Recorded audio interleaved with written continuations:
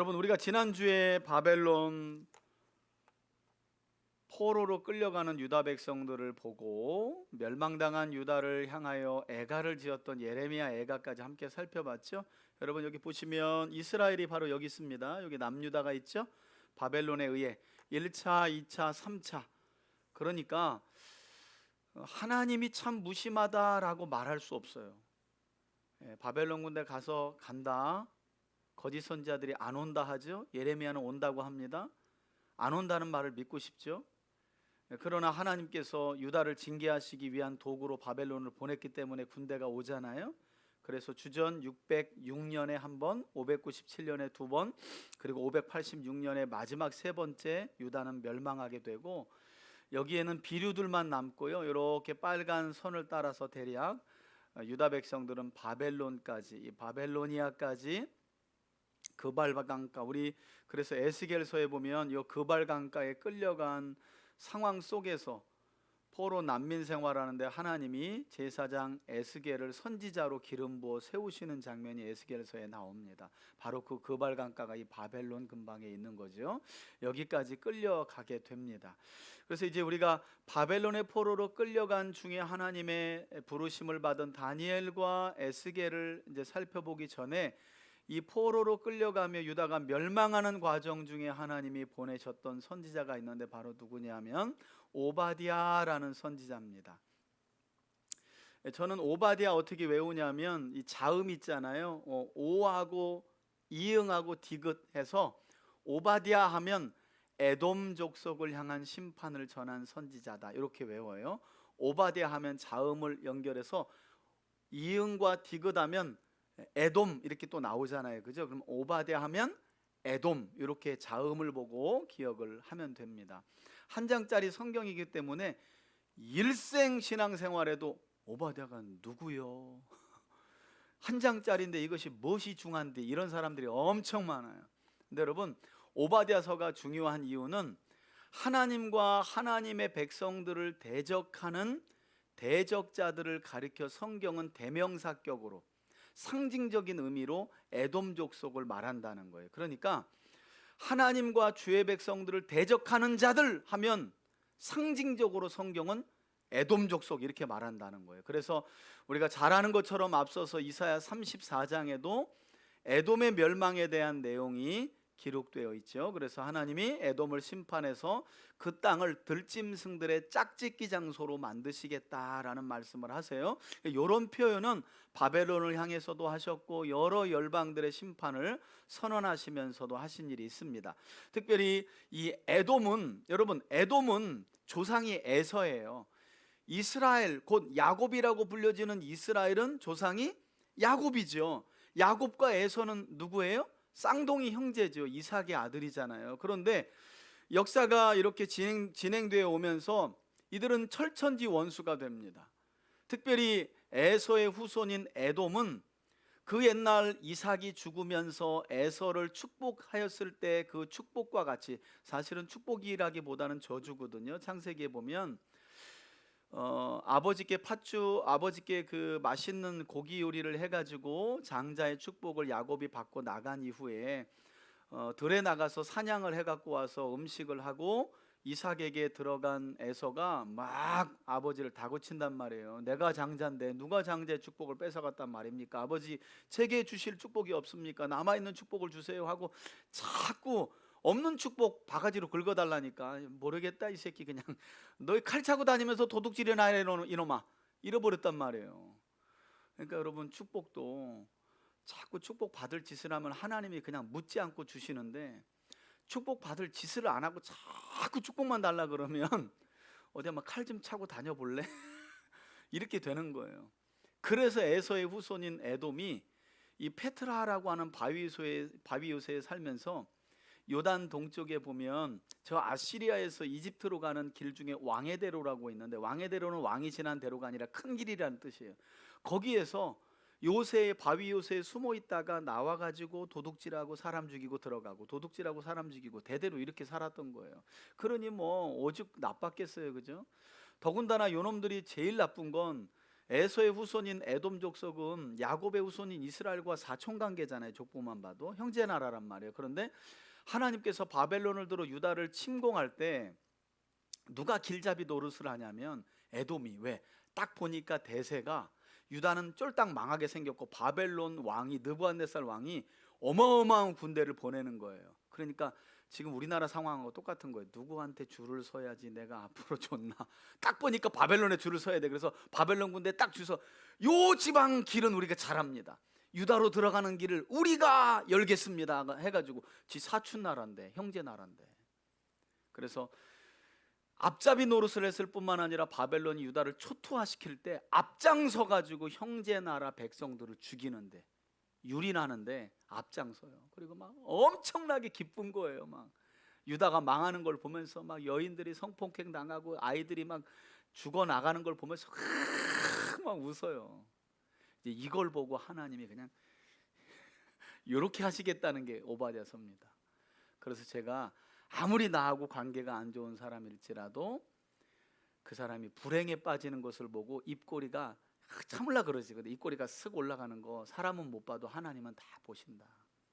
그리고 그에 합당하게 하나님이 보응을 하신다는 거예요. 그게 바로 오바댜서입니다. 그래서 여기 앞에 한 장짜리니까, 그죠? 에돔이 받을 심판이 나와 있고 에돔의 죄에 대해서 말씀하시고, 에돔은 하나님과 이스라엘 백성들을 대적하는 대적 국가의 대명사니까 그들을 통한, 그들을 향한 심판은 곧 하나님을 대적하는 바벨론이란 이 세상 만국을 향한 하나님의 심판의 날이 될 것이니까 그것에 대한 내용, 그리고 주의 백성들에 대한 회복. 여러분, 심판은 회복을 전제로 하죠.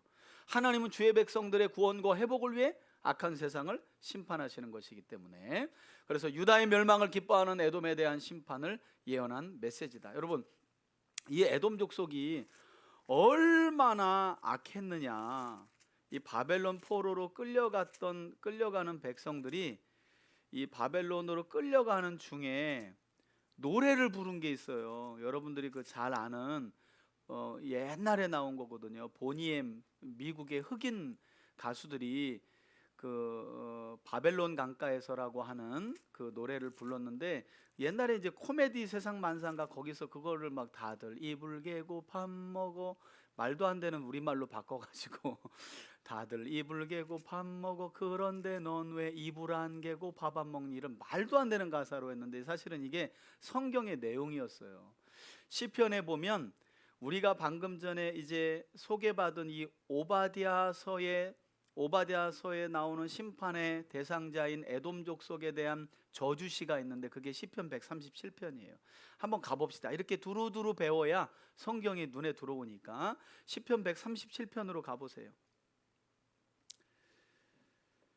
자, 시편, 제가 가진 성경은 903쪽에 있어요. 제가 읽어볼게요. 우리가 바벨론의 여러 강변 거기에 앉아서 시온을 기억하며 예루살렘을 기억하며 뭐 했다는 거예요? 울었도다. 그러니까 이거 지금 뭐한 상황 중에, 포로로 끌려간 상황 중에 이 시편이 기록됐는데, 제가 빨리 읽어볼게요.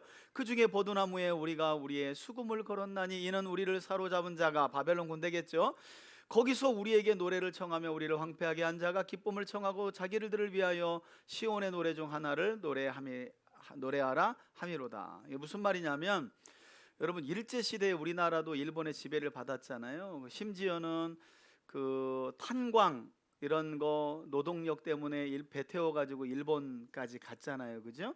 일본에 끌려가서 그 지하 탄광에서 다 그 탄광 캐고 거기서 죽고 그랬잖아요. 탈출하다 죽고.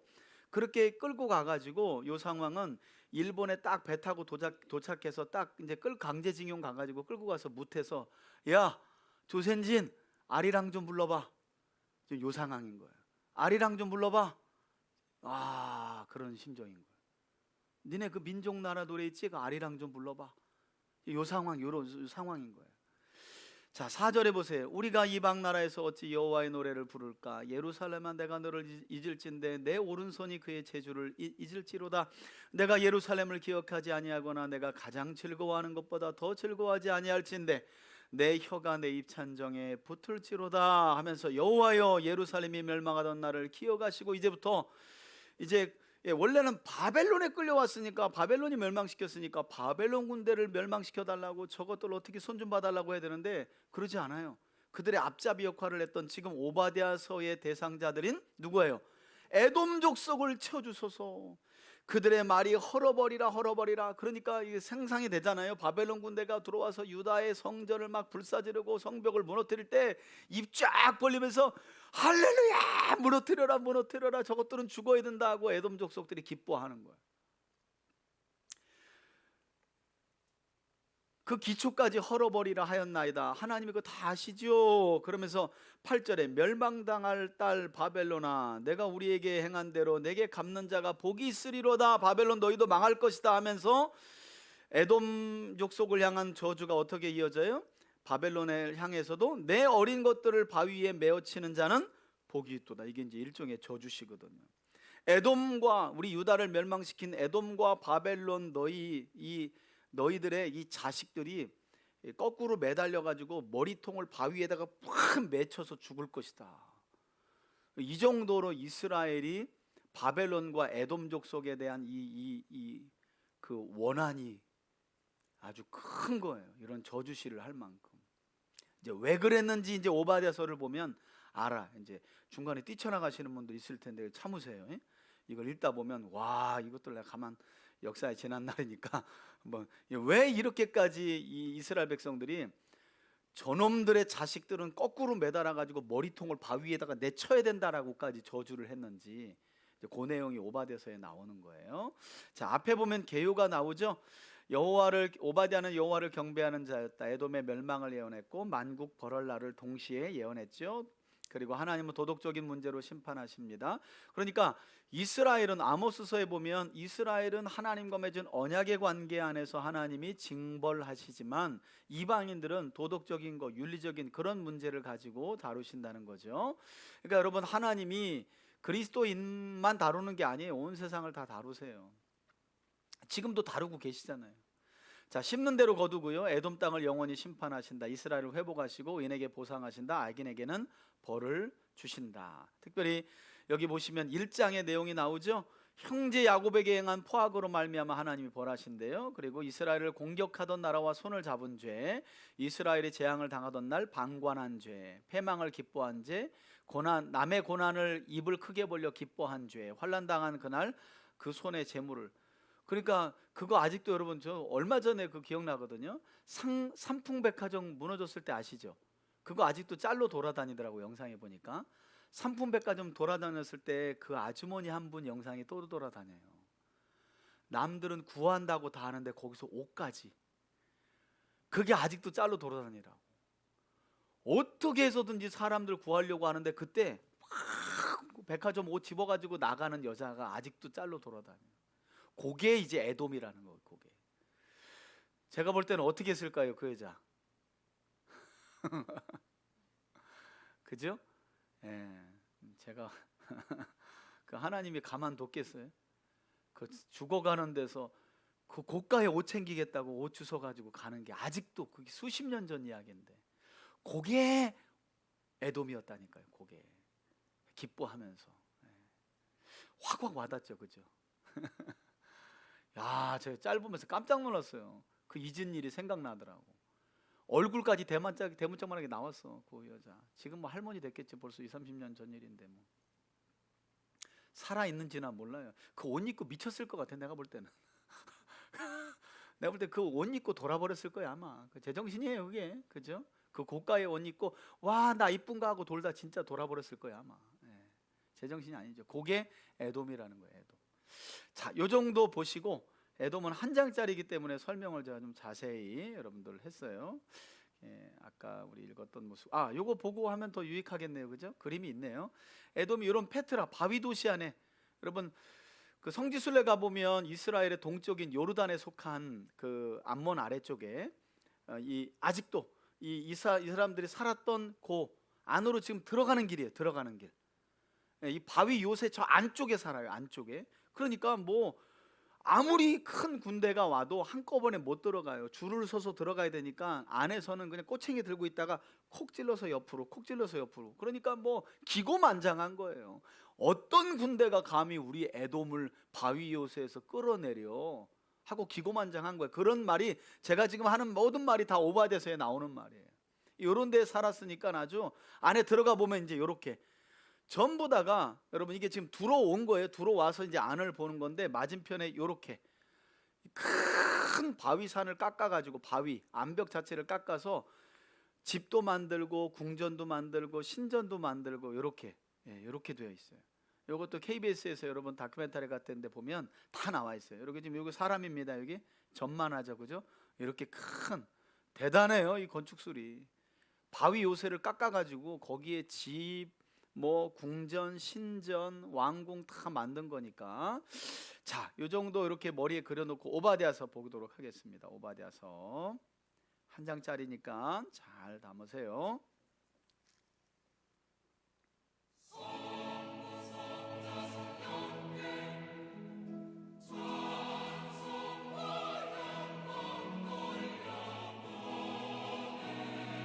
오바댜 1장. 오바댜의 묵시라. 주 여호와께서 에돔에 대하여 이와 같이 말씀하시니라. 우리가 여호와께로 말미암아 소식을 들었나니 곧 사자가 나라들 가운데에 보내심을 받고 이르기를 너희는 일어날지어다. 우리가 일어나서 그와 싸우지 않은 것이니라. 보라, 내가 너를 나라들 가운데에 매우 작게 하였으므로 내가 크게 멸시를 받느니라. 너희 마음의 교만이 너를 너희 마음의 교만이. 그러니까 항상 하나님이 열방도 그렇죠. 암몬도 그랬고 모압도 그랬죠. 큰 교만, 바벨론도 교만. 그러니까 여러분 결국에 세상이라는 바벨론이 그리스도의 재림 때에 멸망하게 되며 바벨론이 멸망할 때 그 바벨론 성에 거주하며 함께 망하여 지옥에 내려가는 자들은 어떤 자들이라고요? 교만한 자들이에요. 교만한 자들. 속였도다. 바위 틈에 거주하며 높은 곳에 사는 자여. 바위 틈에 아까 보셨잖아요. 이런 데 살면서 누가 감히 우리를 끌어내려 이런 말을 했다는 거예요. 내가 마음에 이르기를 누가 능히 나를 땅에 끌어내리겠느냐 하니 내가 독수리처럼 높이 오르며 별 사이에 깃들일지라도 내가 거기에서 너를 끌어내리리라. 여호와의 말씀이니라. 내가 끌어내려 볼게. 하나님이 실제로 이렇게 하시는 거예요. 혹시 도둑이 내게 이르렀으며 강도가 밤중에 내게 이르렀을지라도 만족할 만큼 훔치면 그치지 아니하였겠느냐. 혹시 포도를 따는 자가 내게 이르렀을지라도 그것을 얼마쯤 남기지 아니하였겠느냐. 내가 어찌 그리 망하였는고 에서가 어찌 그리 수탈되었으며 그 감춘 보물이 어찌 그리 빼앗겼는고. 이게 완전히 멸망한다 이런 말씀이죠. 너와 약조한 모든 자들이 다 너를 쫓아 변경에 이르게 하며 너와 화목하던 자들이 너를 속여 이기며 내 먹을 것을 먹는 자들이 내 아래에 함정을 파니 내 마음에 지각이 없음이로다. 여호와의 말씀이니라. 그날에 내가 에돔에서 지혜 있는 자를 멸하며 에서의 산에서 지각 있는 자를 멸하지 아니하겠느냐. 드마나 내 용사들이 놀랄 것이라. 이로 말미암아 에서의 산에 있는 사람은 다 죽임을 당하여 멸절되리라.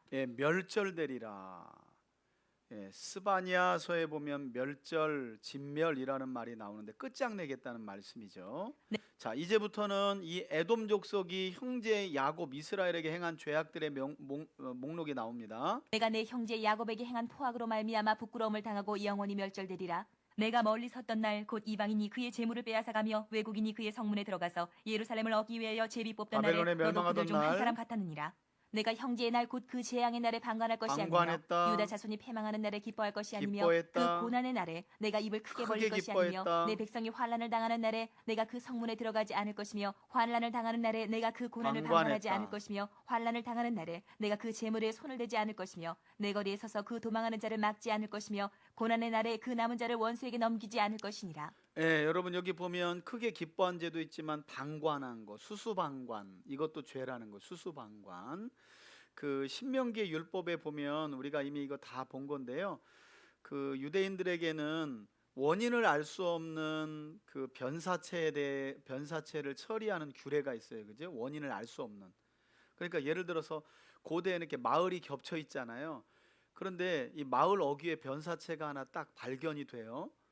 그러면 어떻게 하냐면 이 변사체로부터 어느 마을이 가까운지를 먼저 잽니다. 그래서 가장 가까운 마을로 찾아가서 그 마을의 지도자들을 부르고 자기들과 이 변사체가 상관이 없더라도 그 마을에서 드린 재물을 가지고 저 깊은 산속까지 끌고 가가지고 흐르는 물에 소 목을 꺾어가지고 죽여가지고 그 변사체를 위한 희생의 속죄를 드리도록 하나님이 명령하셨어요. 여러분 이 규례 때문에 유대인들은요 잘 모르는 나그네가 마을을 지나간다 그러면 전부 다 조목합니다. 전부 다. 혹여라도 쓰러지면 다 달려가는 거예요. 그리고 인공호흡 막 하고 막 살립니다. 왜? 자기 마을 가까운 데서 죽으면 자기 마을 책임인 거예요. 그러니까 마을을 지나가는 거지 같은 사람이 거기서 굶어 죽었다, 그 책임이 자기 마을에 있는 거예요. 그러니까 하나님께서 생명을 이처럼 아주 이 생명에 대해서 예민한 거예요. 뭐 제가 분명히 그랬거든요. 앞선 우리 박근혜 대통령도 그 세월호에 대한 그 안타까운 영혼들에 대한 처리가 안타까웠다. 여러분, 땅에서 피 흘려지는 신호는 하나님이 절대 외면하지 않거든요. 저는 최상병 사건 있을 때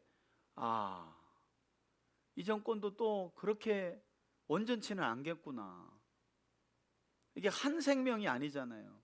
최상병의 억울한 죽음은 힘없는 자들이 저변에 깔려있는 자들의 신원과도 같은 건데 그걸 또 무시해. 참 너무 마음이 아파요. 그러니까 수수방관, 이게 하나님이 죄를 묻는다는 거잖아요. 수수방관. 여러분, 아유 나는 모르겠다, 이런 건 없는 거예요. 우리 그리스도인들이라면 의로운 일에는 손해를 보더라도 참여해서 어려운 사람들을 도와주고, 어려운 환난에 처한 자들의 손을 이거 뭐 또 괜히 내가 여기 나섰다가 어려움 당한, 수수방관죄를 물으신다니까 하나님은. 힘써 도와줘야 돼. 어려움에 처하면 힘써 도와주고 손 내밀어주고 끌어주고. 자, 15절 보세요. 에돔에 대한 심판은 결국 하나님과 주의 백성들을 대적하는 만국 열방에 대한 심판 예언으로 확대됩니다. 여호와께서 만국을 벌할 날이 가까웠나니 내가 행한 대로 너도 받을 것인즉 심은 대로 거둔다. 내가 행한 것이 내 머리로 돌아갈 것이라. 너희가 내 성산에서 마신 것 같이 만국인이 항상 마시리니 곧 마시고 삼켜서 본래 없던 것 같이 되리라. 여기서 마신다는 것은 여러분 이런 거를 다 성경에서 용례적인 표현을 잘 알면 너무 쉬워요. 우리 예수님이 십자가에서 돌아가실 때 할 수만 있다면 이 잔을 내게서 멀리 하옵소서. 이 잔은 심판의 잔을 말하는 거예요. 요한계시록으로 가면 이제 심판의 포도주를 마시는 내용이 흠뻑 취하게 하여 마시게 할 것이다라는 내용이 나오는데, 이게 이제 은유적인 표현이죠. 하나님이 어떤 나라를 멸망하게 하시려면 포도주로 취하게 하여라고 은유적인 표현을 사용하신다는 거예요. 자, 오직 시온산에서 피할 자가 있으리니 그 산이 거룩할 회복에 것이요 대한 내용이죠. 야곱 족속은 이제 자기 기업을 이스라엘을 누릴 향한. 것이며 야곱 족속은 불이 될 것이며 요셉 족속은 불꽃이 될 것이요 에서 족속은 지푸라기가 될 것이라. 그들이 그들 위에 붙어서 그들을 불사를 것인즉 에서 족속에 남은 자가 없으리니 여호와께서 말씀하셨습니다. 그들이 네겝과 에서의 산과 평지와 블레셋을 얻을 것이요 또 그들이 에브라임의 들과 사마리아의 들을 얻을 것이며 베냐민은 길르앗을 얻을 것이며. 누릴 것이고 17절에 누릴 것이고 19절에는 얻을 것이며. 하나님과 하나님의 백성을 대적하는 에돔과 만국은 망해요. 그러나 주의 백성들은 징계의 시간이 끝나면 어떻게 해요?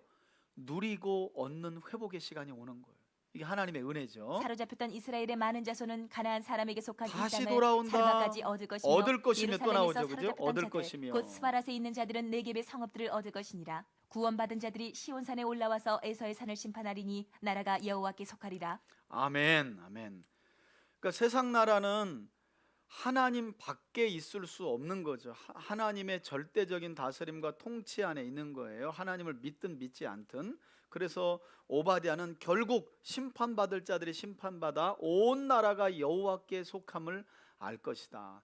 이게 이제 구약에서는 헤렘의 개념인데, 하나님께서 창세기 6장 이후에서는 말 안 듣는 이 지구촌을 물로 한번 씻어서 세계가 하나님 것임을 보여주셨다면, 이제 종말의 그리스도의 재림 때는 불로 한번 씻어가지고 하나님이 야 봤지, 세상은 내 거야 라는 것을 보여주신다는 거예요. 그래서 우리 예수님께서도 마지막 때의 심판의 그림자로 노아의 홍수 때 심판 이야기를 하죠. 그러면서 덧붙이신 말이 뭐예요? 야, 그때도 사람이 적었는데 마지막 때는 어떨까? 많겠느냐? 이런 말씀을 하시는 거예요. 그래서 우리가 이제 깨어 있어야 되는 거죠. 자, 여기까지 유다가 바벨론에 멸망하는 과정 중에 그것을 기뻐하고 방관했던 에돔 족속에 대한 심판을 하나님께서 선언하셨고요. 우린 이 시점에서 이제 유다의 멸망사 최종 정리를 기록하고 있는 열왕기하 마지막으로 가야 됩니다. 열왕기서의 마지막 24장, 25장. 이미 우리가 선지서를 살펴볼 때에 살펴본 내용이기도 하지만 그래도 멸망사를 한번 정리하고 바벨론 포로 현지에서 부름받은 선지자의 글들을 계속해서 살펴봐야 되니까 여러분 우리가 이제 통독하게 될 24장 25장의 핵심적인 내용을 제가 여기 앞에다가 요약을 해놨습니다.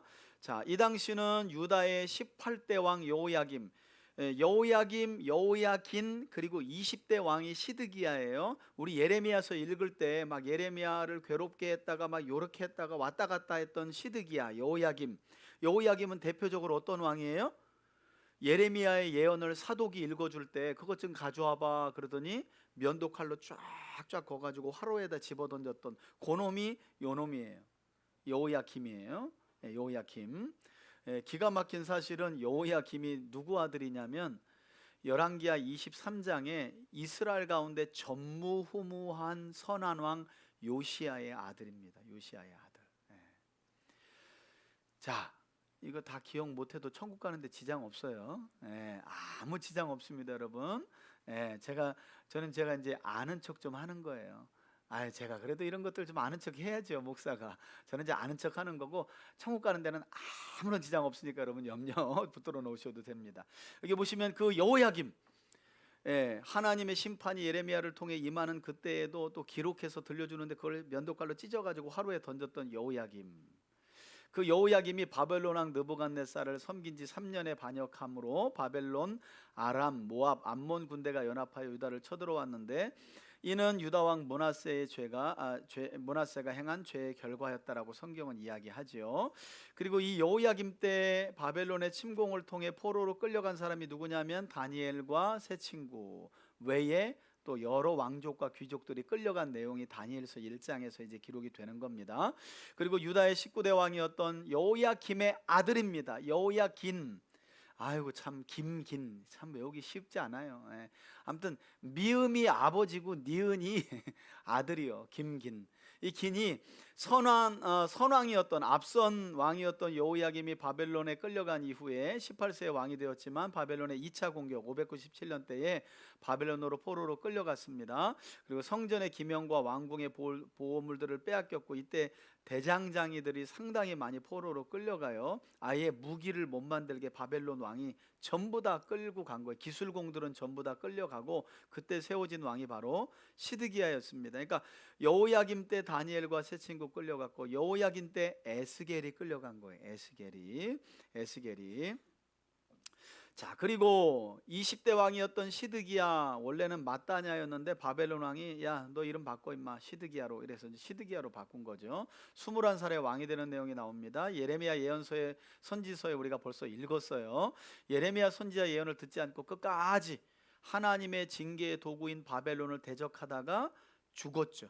포로로 눈 뽑히고 포로로 끌려가고 아들들은 다 보는 앞에서 죽게 되고 성전은 불타고 유다의 성벽은 무너지게 되었다라는 내용이 핵심적인 내용입니다. 자, 이 정도 듣고 이제 열왕기하 24장과 25장을 유다의 멸망사 최종 정리하는 내용을 보겠습니다. 24장. 여호야김 피셨죠? 시대에 바벨론의 왕 느부갓네살이 올라오매 여호야김이 3년간 섬기다가 돌아서 그를 배반하였더니 그러니까 이게 참 마음이 아파요. 여러분 제가 다니엘서 할 때 그 얘기 많이 하거든요. 그러니까 유다의 왕들은 그러니까 어떤 나라가 힘센가, 힘이 누구에게 가 있나, 지금 국힘당이 꼭 지금 그렇죠. 그죠? 그 정권을 빼앗기지 않으려고 탄핵에 반대하는 거잖아요. 이건 매우 악한 거거든요. 이 상황인데 나라가 혼란되고 주식이 다 떨어지고 경제가 어떻게 되고 서민들이 문을 어떻게 닫든지 말든지 정권은 우리가 끝까지 지킨다. 아주 지금 폐악질을 하고 있는 건데 줄을 지금 보는 거, 줄을 서는 거거든요. 줄을 서는 거. 그러니까 유다가 바벨론에 멸망할 시점의 왕들이 그랬어요. 바벨론에 줄을 서야 되나, 아수르에 줄을 서야 되나, 이집트에 줄을 서야 되나, 요런 폐악질을 저질렀다는 거예요. 근데 여러분, 포로로 끌려간 다니엘은 어떻게 된 줄 아세요? 줄을 안 서고 그냥 하나님 뒤만 따라보고 갔는데 포로로 끌려갔지만, 놀랍게도 포로로 끌려간 다니엘은 그를 포로로 끌고 간 바벨론이 멸망할 때, 메데 페르시아가 다시 세상을 정복할 그때에도 페르시아 왕이 온 세상을 다스리는 그 돌을 세 개로 나누는데 거기에 총리급으로 또 세우는 거예요, 다니엘은. 예. 그러니까 나라와 왕들에게 줄 섰던 유다의 왕들은 다 죽어요. 그런데 하나님께 줄 섰던 다니엘은 포로로 끌려가지만 세상을 뒤집는 제국들이 줄곧 세워지는데 거기에 총리를 계속 해먹는다니까. 예. 그러니까 우리가 누구 편에 서야 되는 게 명확한 거죠. 그죠? 상황 보고 판단하면 죽는 거예요. 지금 어제도 보니까 저는 마음이 아파. 어제 아내에게도 그 얘기 했거든요. 저희 이모부도 그 대령까지인가 진급한 분이 있는데, 여러분, 원스타 하나 만들려면 그 과정이 어마어마합니다. 여러분, 별 하나 달려면 얼마나 많은 관사를 그 가족들이 희생하면서 옮겨야 되는 줄 아세요? 근데 어제 그 앞에 반역죄로 나와서 그 투스타, 쓰리스타 이런 사람들 이제 다 반역죄로 나가 떨어질 건데 너무 마음이 아픈 거예요. 왜 그런 거예요? 본 거거든요. 예, 어디에 줄을 서야 되나. 법을 보면 명확한 건데 어디에 줄을 서야 되나 하다가 그 모든 가족하고 다 끝나는 거야. 다 끝나는 거. 그거 어떻게 할 거예요? 부모가 어제만 해도 우리 아버지가 어디 연대장이었고 거기였는데 하루아침에 내로한죄 수개에 공범이 돼 있으니 감옥 가서 자식들 앞날을 어떻게 할 거냔 말이에요, 이게. 저도 가장으로서 너무, 이게 지도자 하나가 이렇게 돼가지고 그냥 쑥대밭으로 만드는 거예요. 저 사람들 어떻게 할 거예요? 막 울더만, 어떤 사람은. 여러분, 그거 진짜 목회 이렇게 하는데도 얼마나 길이 험난한데, 그 투스타 쓰리스타 가기까지 얼마나 험난한데요, 그게. 근데 하루아침에 그렇게 돼버리잖아요. 그러니 우리가 성경 안 볼 수 있어요? 오늘 이야기가 3000년, 2600년 전 이야기고 그때 이야기가 오늘 이야기인데, 그러니까 그때 얘기를 알아야 오늘 줄을 잘 서는 거예요. 어제 보니까 개중에 줄을 잘 서는 사람들이 있더만. 예, 항명하고, 항명하더라도 그 불 끄지 마, 국회에. 물 끊지 말고 불 끄지 마. 이거, 그리고 들어가지, 무기 총구 세우지 마, 뒤로 매. 이런 사람들이 있더만. 참 마음이 아파요. 여호야김 결국 망하는 길로 걸어가는데요, 3년간 바벨론 왕을 섬기다가 딱 배반해요. 왜? 이집트 쪽에서 뭔가 도움을 줄까 하고 줄을 대려고 한 거예요. 이게 좋은 게 아니에요. 2절 보세요. 여호와께서 그의 종 선지자들을 통하여 하신 말씀과 같이 갈레아의 부대와 아람의 부대와 모압의 부대와 암몬 자손의 부대를 여호야김에게로 보내 유다를 천멸하려 하시니. 바벨론 왕이 열받죠.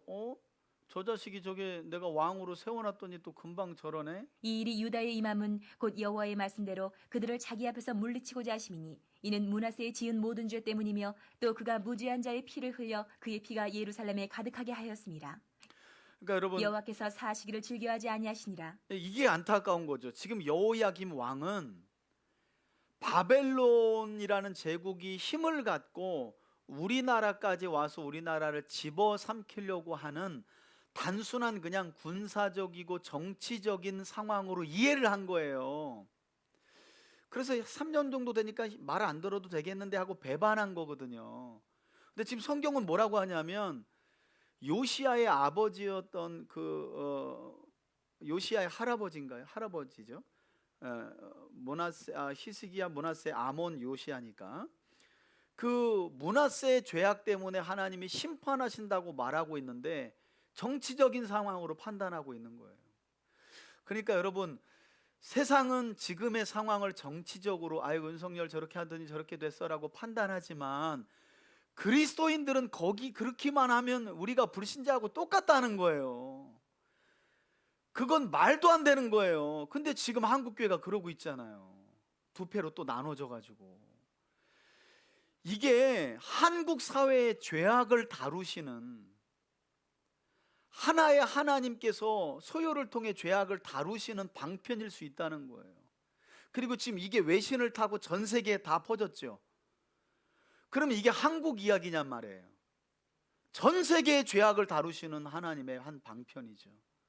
순식간에 끄잡아 내릴 수 있고 나라가 아닌 상황이 될 수 있다는 걸 경고로 보여준 거잖아요. 민주주의가 최후의 보루이라고 믿지만 그렇지 않다는 거. 민주주의가 민주주의를 믿을 게 아니라 하나님을 믿어야 된다는 사실을 하나님이 전 세계에 가르쳐주고 있는 거잖아요. 그러니까 그리스도인의 안목이라는 건 거기까지 보는 거지, 막 그래야 돼, 뭐 이래야 돼, 이러고 있다니까요. 지금 교회가 안타까운 거죠. 자, 므낫세의 죄악에 대한 악을 심판하시기 위해서 하나님이 이런 상황, 이런 정국을 만들고 있다. 이걸 누가 봤겠어요? 예레미야 한 사람이나 봤을까? 그죠? 이건 지금 바벨론 군대가 바벨론 왕을 배신한 여호야김을 처단하러 오러 여러 나라들을 데리고 오는 게 아니라 배후에서 하나님이 유다의 왕이었던 므낫세가 흘린 유다의 그 의로운 자들의 피를 하나님이 신원하시려고 요 사건을 계기로 보내셨다는 거잖아요. 근데 그리스도인들이 그걸 못 보면 어떻게 하냐는 거예요. 못 보면. 그래서 막 여당편 야당편 막 들어가지고 막 이러고, 여러분 어디 밥집 가봐요, 커피숍 가봐요, 전부 다 여야 앞에 가지고 뭐 탄핵 찬성 탄핵 반대 이러고 있어요. 물론 그럴 수 있어요. 그러나 우리 그리스도인들은 그런 불신자의 관점에 함몰돼 있으면 안 된단 말이에요. 한국 교회와 한국 사회를 하나님이 요 계기를 통해서 지금 어쩌면 경고하고 계시고 심판하고 계신 상황일 수도 있는 거예요. 우리들을 우리가 거기까지 봐야지 되는 거죠. 유튜브에서 이런 얘기 하나요? 안 하죠? 아유, 깡촌에서 뭐 개척교회는 아니지만 상가교회 목사가 떠들어 봐야 뭐 누가 듣나?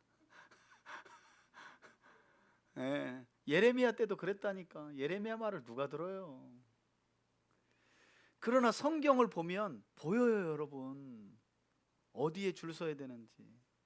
어제 또 뚜껑 또 열리네 그냥. 우리 교회 집사님 아닌데 또 누가 윤석열 탄핵 반대 성명서 그걸 또 보냈더라고 나한테. 뭐 그럴 수 있죠. 정치적인 거야. 반대할 수도 있고 안 할 수도 있으니까. 근데 개념이 없어. 그 탄핵 성명서를 누가 하고 있느냐? 가로세로 김세희. 그건 누구냐면 가로세로 연구소는 우리 보수 우파에 있는 할아버지 할머니 노령연금 빼먹는 사람들이거든요. 유튜브로. 그런 개념도 없어. 그냥 유튜브 보내주면 여기 만나보다 하고 정강 막 손들고 막 가는 거야. 제가 볼 때는 그냥 그런 분들은 전 얘기를 안 해요. 그냥 같이 가시면 돼. 같이 가서 그 끝이 어딘가 보시면 돼. 그냥. 그래서 어유 여기 뜨거운 데네 하면 넣는 거지 뭐. 난 몰라, 얘기했으니까. 저는 분명히 얘기했어요. 저보고 우리 목사님 그런 얘기 안 했다 그런 얘기 하지만 난 분명히 했으니까. 글로 가면 결국 찜질방보다 더 뜨거운 데 도착하게 된다고 난 분명히 얘기했으니까 뭐 우리 목사님은 막 그런 얘기 안 했네 이런 얘기 하지 마시라고. 자, 여러분, 그러니까 이게 수천 년 전 이야기가 아니라니까. 성경은요, 읽으면 읽을수록 오늘 우리의 이야기를 해주고 계시다니까 하나님이. 자, 더 들어봅시다. 여호야김의 남은 사적과 행한 모든 일은 유다 왕 역대 지략에 기록되지 아니하였느냐? 여호야김이 그의 조상들과 함께 잠에 그의 아들 여호야긴이 대신하여 왕이 되니라. 애굽 왕이 다시는 그 나라에서 나오지 못하였으니 이는 바벨론 왕이 애굽 강에서부터 유브라데 강까지 애굽 왕에게 속한 땅을 다 점령하였음이더라. 이집트 왕도 이제 이스라엘을 못 도와주는 상황이 된 거예요. 바벨론 군대가 너무 많은 군대로 왔으니까. 여호야긴이 왕이 될 때에 나이가 18세라. 예루살렘에서 석 달간 다스리니라. 그의 어머니의 이름은 느후스다요. 예루살렘 엘라단의 딸이더라. 아이고, 3개월 왕 해먹었다는 거 아니에요. 여호야긴이 그의 아버지의 모든 행위를 따라서 여호와께서 보시기에 악을 행하였더라. 그러니까 판단은 하나님이 하시는 거예요, 여러분. 결국 하나님 판단에 따라서 운명이 결정되는 거예요. 그때에 바벨론의 왕 느부갓네살의 신복들이 예루살렘에 올라와서 그 성을 애워싸니라. 이게 그의 이제 2차 신복들이 침공 애워쌀 때에 때죠. 바벨론의 왕 느부갓네살도 그 성에 이르니 유다의 왕 여호야긴이 그의 어머니와 신복과 지도자들과 내시들과 함께 바벨론 왕에게 나아가매 왕이 잡으니 때는 바벨론의 왕 8째 해이라.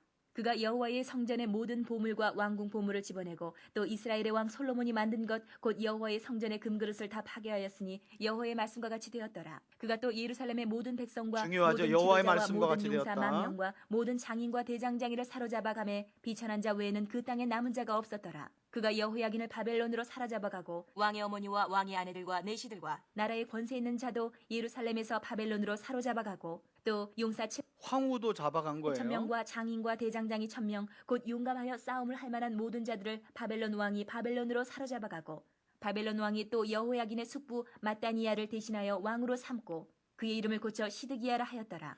예, 요 시드기야가 이제 요시야의 넷째 아들이에요. 다시 숙부가 이제 왕이 된 건데, 여러분 이런 내용을 보면서 우리는 그 옛날 하나님께서 모세와 맺은 언약의 말씀, 예를 들어서 레위기 26장이라든가 신명기 27장 8장을 기억할 필요가 있어요.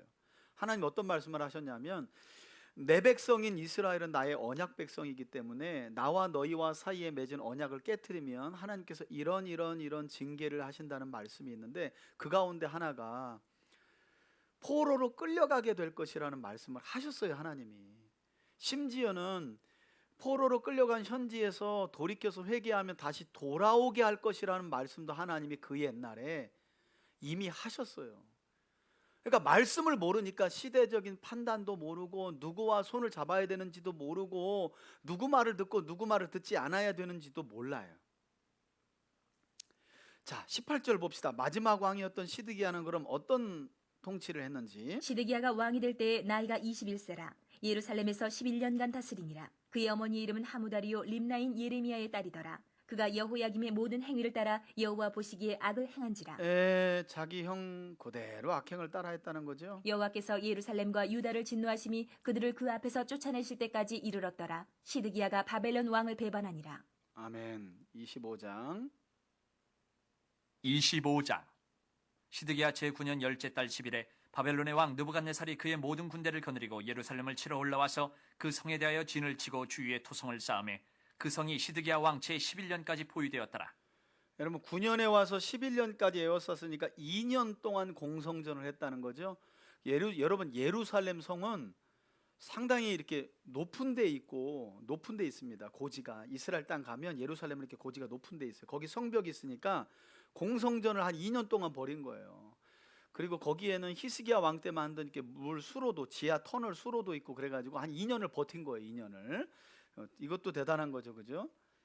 그해 넷째 달 9일에 성중에 기근이 심하여 그 땅 백성의 양식이 떨어졌더라. 이제 거의 이제 끝날이 온 거죠. 넷째 달 9일에. 그러니까 586년경 4월 9일에 이 4월 9일이 왜 중요하냐?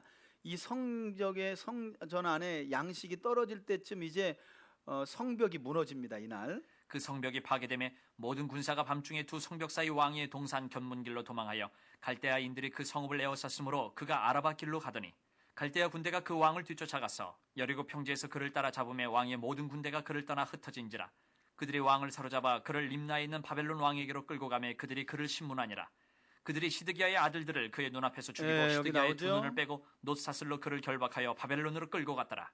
바벨론 왕 느부갓네살의 19째 해 5월 7일에 바벨론 왕의 신복 시위대장 느부사라단이 예루살렘에 이르러 여호와의 성전과 왕궁을 불사르고 예루살렘의 모든 집을 귀인의 집까지 불살랐으며 시위대장에게 속한 갈대아 온 군대가 예루살렘 주위의 성벽을 헐었으며 성중에 남아있는 백성과 바벨론 왕에게 항복한 자들과 무리 중 남은 자는 시위대장 느부사라단이 모두 사로잡아가고 시위대장이 그 땅에 비천한 자를 남겨두어 포도원을 다스리는 자와 농부가 되게 하였더라. 여러분 앞서 24장에서 2차 침공 때도 비류들만 비천한 자들만 남겨놨다 그랬잖아요. 이제 3차 침공을 통해 완전히 멸망했을 때도 비천한 자들만 빼고 다 이제 끌고 갔다는 거죠. 여기 보면 왕궁과 귀인들의 집까지 다 불탔다 그랬잖아요.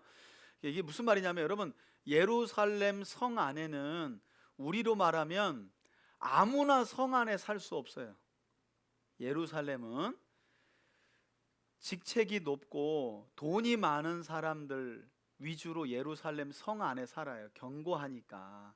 그래서 여러분 예레미야서에 보면 바벨론의 침공이 있을 때 성 밖에 사는 사람들이 살려고 성 안에 들어가는 상황이 나오잖아요. 그때 이제 나오는 게 레갑 족속들 이야기가 나오거든요. 그 성 밖에 살다가 성 안에 들어가는 거예요.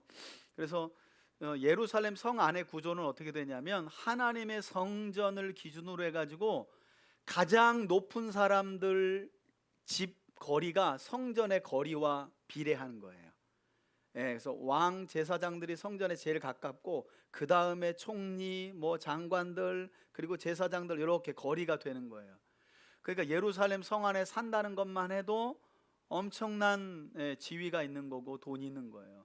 그런데 지금 그 성이 어떻게 됐다는 거예요? 심판의 장소가 됐다는 거예요. 귀족들까지 다. 자, 더 봅시다.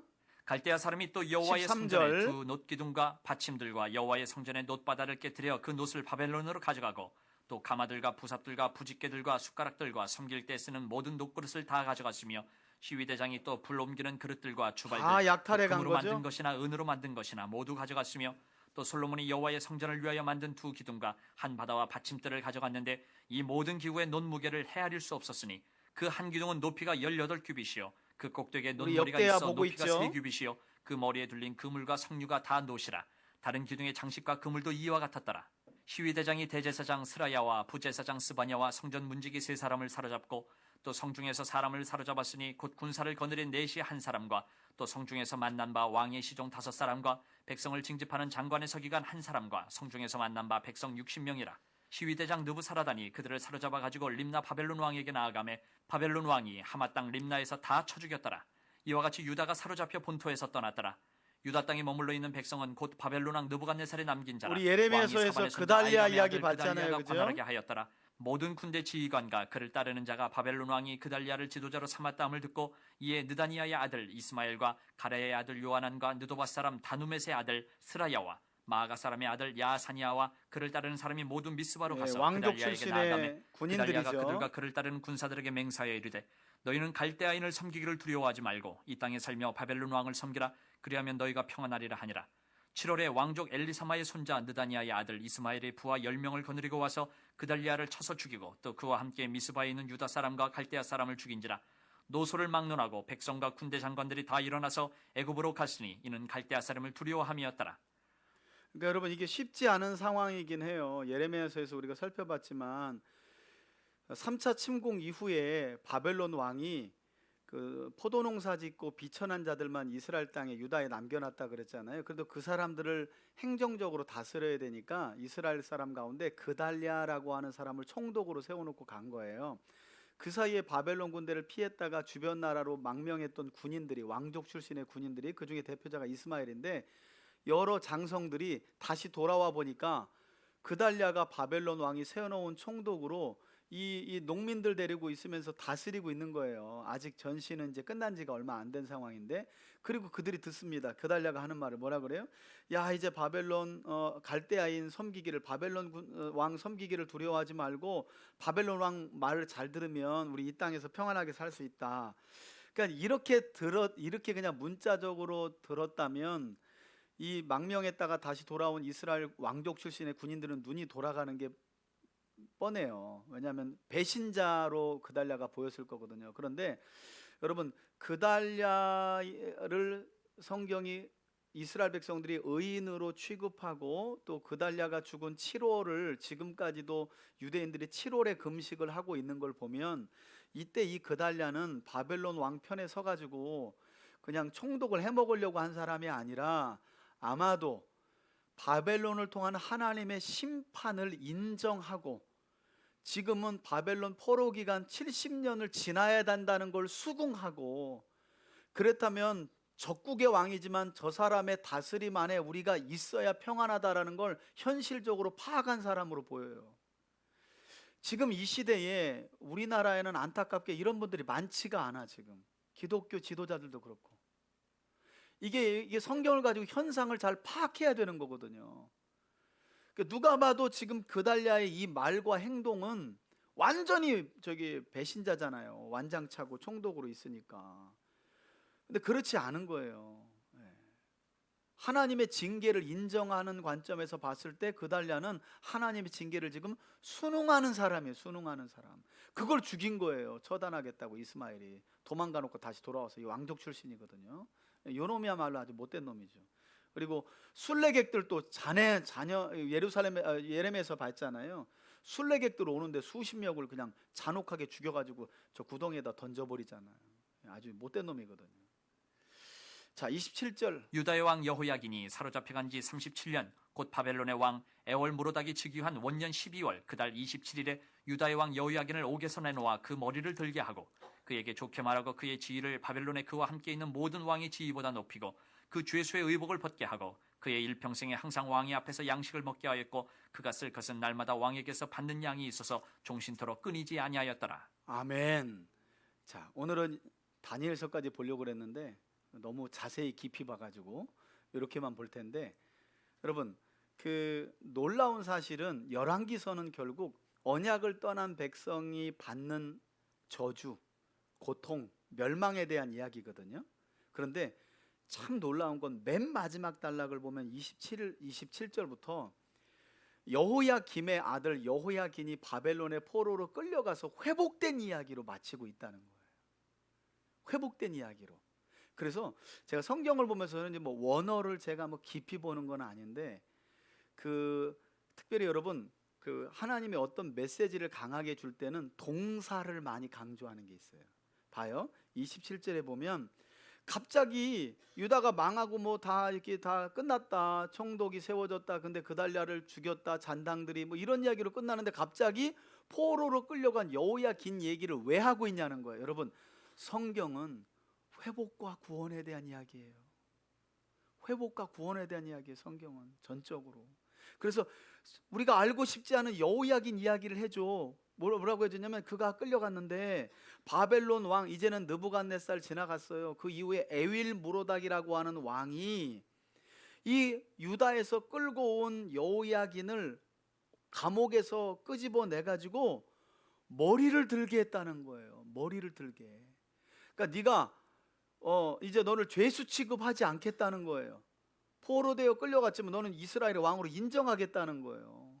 머리를 들고, 보세요, 지위를 바벨론에 그와 함께 있는 모든 왕의 지위보다 높이고 죄수의 복을 벗게 하고 왕의 음식을 뭐 하겠다는 거예요? 먹게 했다. 이건 완전한 회복을 말하는 거예요. 그러니까 이와 같이 바벨론의 포로로 끌려와 있지만 이스라엘 백성들도 하나님께 순종하고 언약으로 돌아오면 하나님 뭐 하시겠다는 거예요? 머리를 들게 하시고 죄수의 옷을 벗기실 것이고 너희들도 왕의 하나와 같이 똑같이 회복될 것에 대한 이야기를 열왕기가 마치면서 하고 있다는 거예요. 마치면서. 그러니까 열왕기서는 보면 선지자들의 엄청난 막 그 예언, 그리고 왕들의 불순종, 그래서 망하고 끌려가고 이런 얘기로 막 왔다 갔다 하지만 결국 맨 마지막 열왕기서는 여호야긴 왕의 회복을 통한 하나님의 그 소망이 들어가 있는 거예요. 내 백성 이스라엘을 향한 하나님의 그 회복과 구원에 대한 열망이 딱 이야기의 마지막에 딱 하고 끝내버리는 거예요. 이건 우리를 향한 하나님의 회복과 구원의 열망이라는 거예요. 우리를 향한. 지금 우리 교회, 이 나라와 이 민족을 향해서도. 여러분, 뭐 나라가, 우리나라는 뭐든지 빨라요. 뭐 추락하고 뭐 하고 이런 것들 지금 그럴 수 있는데요, 중요한 건 이때 한국교회가 정말 진심으로 우리가 뭘 잘못했는지, 왜 저런 지도자가 나오게 되었는지를 한국 사회가 돌아보면 하나님이 때가 되면 어떻게 해요? 죄수복을 벗게 하시고 먹을 양식을 넉넉히 주시고 왕복을 입혀주시는 거예요. 순식간이에요. 순식간. 그런 거 염려 안 하셔도 돼. 오늘은 따로 기도 제목 드리지 않고 제가 여러분이 들은 말씀 붙들고 함께 좀 한 10분 정도 기도하길 원합니다. 여러분 기도하실 때 오늘 오바댜서 들었죠? 그죠? 형제 나라의 고통을 보면서 기뻐했던, 또 수수방관했던 죄를 물었던 교만한 에돔에 대한 심판의 말씀 기억하면서 우리 삶을 좀 돌아봤으면 좋겠고요. 멸망의 순간까지도 하나님의 말씀에 귀 기울이지 못했던 이스라엘의 모습, 우리의 모습이 아닌가 한번 돌아보고, 결국에 하나님의 말씀에 불순종하여 나라가 망하고 성전이 불타고 그래서 포로로 끌려가고 왕들은 죽고 이런 비극적인 사건이 있었지만 하나님의 소원은 여호야긴을 통해 보여주셨다고 제가 말씀드렸습니다. 그 죄를 뉘우치고 회개할 때 하나님은 그 죄인들의 머리를 들게 하시고 지위를 회복시켜 주시고 죄복을 벗게 하시고 양식을 주시는 회복의 하나님, 구원의 하나님이심을 믿습니다. 이것을 우리 개인과 가정과 교회에 적용하면서 우리 한 10분 정도 하나님 앞에 회개 기도하고 결단하는 기도 함께 한번 드리도록 하겠습니다. 우리 주여 한번 부르며 기도합시다. 주여, 할렐루야. 살아계신 아버지 하나님, 오늘 들었던 말씀을 부여잡고 말씀의 거울 앞에 선 우리의 모습을 비추어 보며 우리의 가정과 교회와 이 나라와 이 민족의 모습을 비추어 보고 이 시간 하나님 앞에 회개함으로 나아가는 저희들 되어주길 원합니다. 하나님, 에돔에 대한 하나님의 심판은 형제 나라의 환난과 고통과 어려움을 보고 그들이 교만하여 기뻐한 죄였습니다. 형제의 아픔과 고통을 보며 수수방관한 죄였습니다. 우리 삶에도 어려운 우리 이웃들의 어려움을 보고 방관했던 모습, 나와 관계가 좋지 않은 자들의 어려움을 목도하며 미소 짓고 기뻐했던 우리의 교만한 마음, 악한 마음, 이 시간 다시 한번 회개하며 돌이키기를 원합니다. 주여, 우리를 불쌍히 여겨주옵소서. 우리 가정을 긍휼히 여겨주시고 주님의 몸된 교회인 우리 3대 교회를 불쌍히 여겨주옵소서. 하나님, 악인일지라도 악인의 멸망을 긍휼히 여기는 마음을 갖게 하여 주옵소서. 하나님, 죄인의 멸망을 긍휼히 여기는 마음을 갖게 하여 주시옵소서. 하나님 아버지, 어려운 지경에 있는 자들의 그 어려움을 수수방관하지 않게 하여 주옵소서. 하나님, 악인일지라도 고난 가운데 있는 자들을 바라볼 때 수수방관하지 않게 하시고 스스로 우리 마음에 정죄하거나 판단하거나 기뻐하지 아니하도록 우리에게 긍휼의 마음을 더하여 주옵소서. 예수 그리스도의 마음을 더하여 주시길 원합니다. 예수 그리스도의 마음을 더하여 주시길 원합니다. 주여, 먼저 우리 안에 있는 교만한 마음을 회개합니다. 주님, 용서하여 주옵소서. 용서하여 주옵소서. 안전한 곳에 있다 하며 교만한 우리의 마음을 용서하여 주시고, 하나님, 세상은 높은 곳에 거하면 거할수록 하나님 위험한 곳임을 깨닫게 하여 주시고, 하나님의 말씀과 하나님의 품이 세상 가운데 가장 안전한 곳임을 깨닫게 하여 주옵소서. 믿음을 통하여 주의 말씀을 따르게 하여 주시고, 믿음을 통하여 하나님을 예배하며 하나님을 믿고 따르는 가정 안전한 삶을 살아게 하게 하여 주옵소서. 하나님, 그런 우리의 삶을 눈동자와 같이 지켜주시길 원합니다. 주여, 긍휼히 여겨 주옵소서. 높은 곳에 거주하며 안전하다 하지만 그것은 위험한 곳입니다. 세상에 있는 모든 것은 위험한 곳입니다. 교만한 자리는 위험한 곳입니다. 하나님의 말씀에 순종하는 것, 주의 뜻을 이루어가는 것, 하나님을 예배하며 하나님을 따르며 하나님을 섬기는 것이 가장 안전한 것인 줄 믿사오니, 주여, 믿음을 통하여 주님과 주의 말씀을 따라 살아가는 저희들 다 되게 하옵소서. 다 되게 하여 주옵소서. 주님, 불쌍히 여겨 주옵소서. 긍휼히 여겨 주옵소서. 하나님, 열왕기야 24장과 25장의 말씀을 우리 마음에 새기며 이 시간 기도합니다. 하나님은 므낫세의 죄악을 기억하시며 여호야김 왕의 배반 사건을 통하여 유다를 심판하셨습니다. 주님, 작금에 일어나고 있는 이 나라와 이 민족의 혼란들, 하나님은 무엇을 향한 어떤 계획을 가지고 이 나라와 이 민족을 다리고 계신지 우리 그리스도인들의 눈을 뜨게 하여 주옵소서. 우리의 눈을 열어주시고 우리의 귀를 열어주시고 우리의 마음의 굳은 살을 하나님 지하여 주셔서 작금에 일어나고 있는 하나님이 어려운 상황과 혼란스러운 상황 중에 우리를 향하신 하나님의 말씀을 듣게 하여 주시고 보게 하여 주시고 깨달아 순종할 수 있도록 주여 긍휼히 여겨 주옵소서. 주여 불쌍히 여겨 주옵소서. 하나님, 한국 사회가 분열되지 않게 하여 주시고 성숙한 민주주의 의식을 가지고 이 혼란을 타개할 수 있도록 역사하여 주옵소서. 하나님, 국민의 의식보다 하나님 낮은 의식을 갖고 있는 위정자들을 불쌍히 여겨주시고 지금이라도 돌이켜 나라와 민족과 국민을 위한 선택을 할 수 있도록 주여 불쌍히 여겨주옵소서. 긍휼히 여겨주시옵소서. 긍휼히 여겨주옵소서. 하나님, 교회인 우리는 정치적인 이념으로 사람 마음을 판단하고 정죄하지 않게 도와주시고 나라와 민족을 향한 하나님의 경고를 볼 수 있는 눈을 열어주시고 우리 가정을 향한 하나님의 경고를 볼 수 있는 눈을 열어가여 주시고 이 땅에 세워진 교회들을 향한 하나님의 심판과 경고의 메시지를 이 혼란의 정복을 통하여 발견하고 들을 수 있도록 깨달을 수 있도록 인도하여 주옵소서.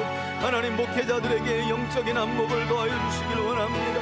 우리 목사님들에게 영적인 안목을 더하여 주셔서 교회들마다 이 시국을 바르게 판단할 수 있도록 도와주시고 하나님 이 나라와 이 민족을 향하여 경고하시는 하나님의 그 심판과 경고를 바르게 바라볼 수 있도록 그래서 회개할 수 있도록 도와주옵소서. 회개할 수 있도록 도와주옵소서.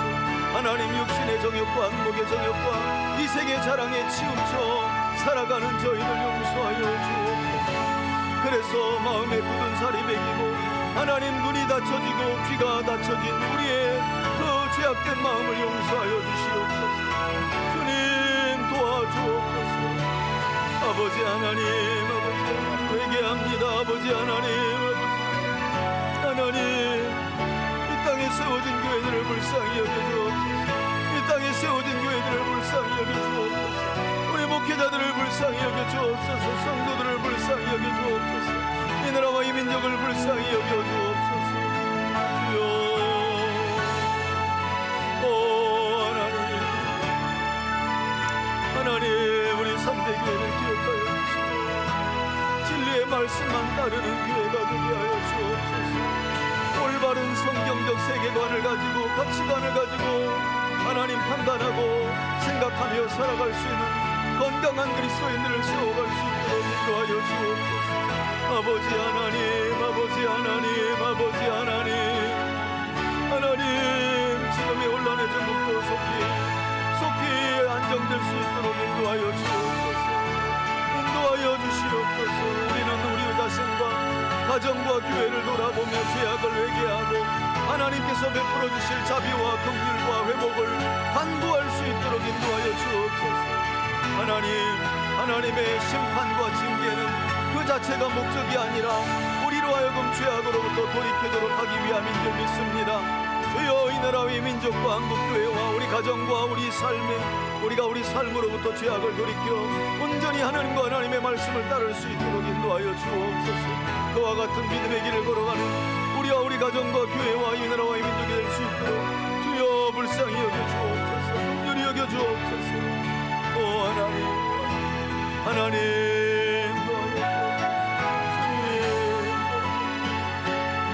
아버지 하나님 누구 한 사람의 잘못과 죄악이 아니라 나라와 민족을 다루고 계신 하나님의 심판과 경고를 보게 하옵소서. 하나님 누구 한 사람의 잘못이 아니라 바로 나와 우리 가정과 우리 교회와 이 나라와 이 민족의 죄악을 향하여 심판하시고 다루시는 하나님에게 할 수 있도록 도와주옵소서. 하나님 마음을 찢을 수 있도록 하나님 한국교회 위에 회개의 영을 부어주옵소서. 이 나라와 이 민족 위에 회개의 영을 부어주옵소서. 오 주님, 오 주님, 아버지 하나님 도와주옵소서.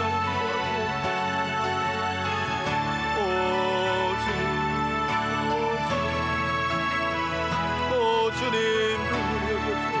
속히 안정될 수 있도록 도와주옵소서. 하나님 도와주옵소서.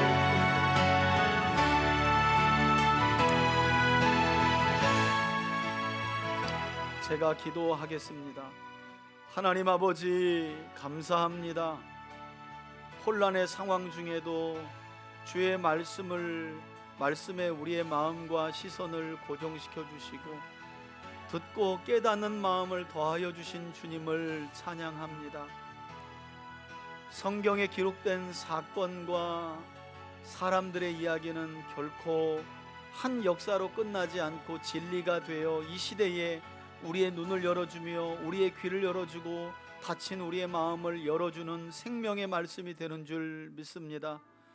혼란의 상황 중에 기도하는 저희들 되게 하여 주시고 더욱 힘써 믿음의 길을 따라 살아가는 저희들 되게 하여 주옵소서.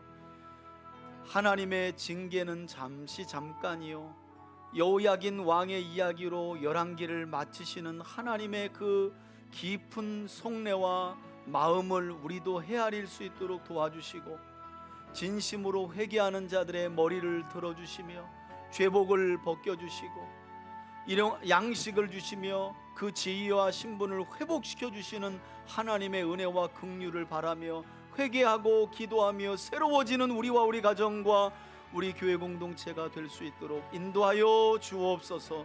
축복하며 예수 그리스도의 이름으로 기도합니다. 아멘. 이제는 우리 주 예수 그리스도의 은혜와 하나님 아버지의 사랑과 성령의 교통하심이 언약을 떠난 유다 백성들의 멸망을 반면교사 삼고 우리 삶의 죄악을 돌이켜 하나님과 하나님의 언약으로 다시 한번 나아가기를 소원하는 우리 사랑하는 성도들 머리 위에, 저들의 가정과 기업 위에, 혼란 가운데 있는 이 나라와 이 민족 위에 이제로부터 영원토록 함께 계실지어다. 아멘.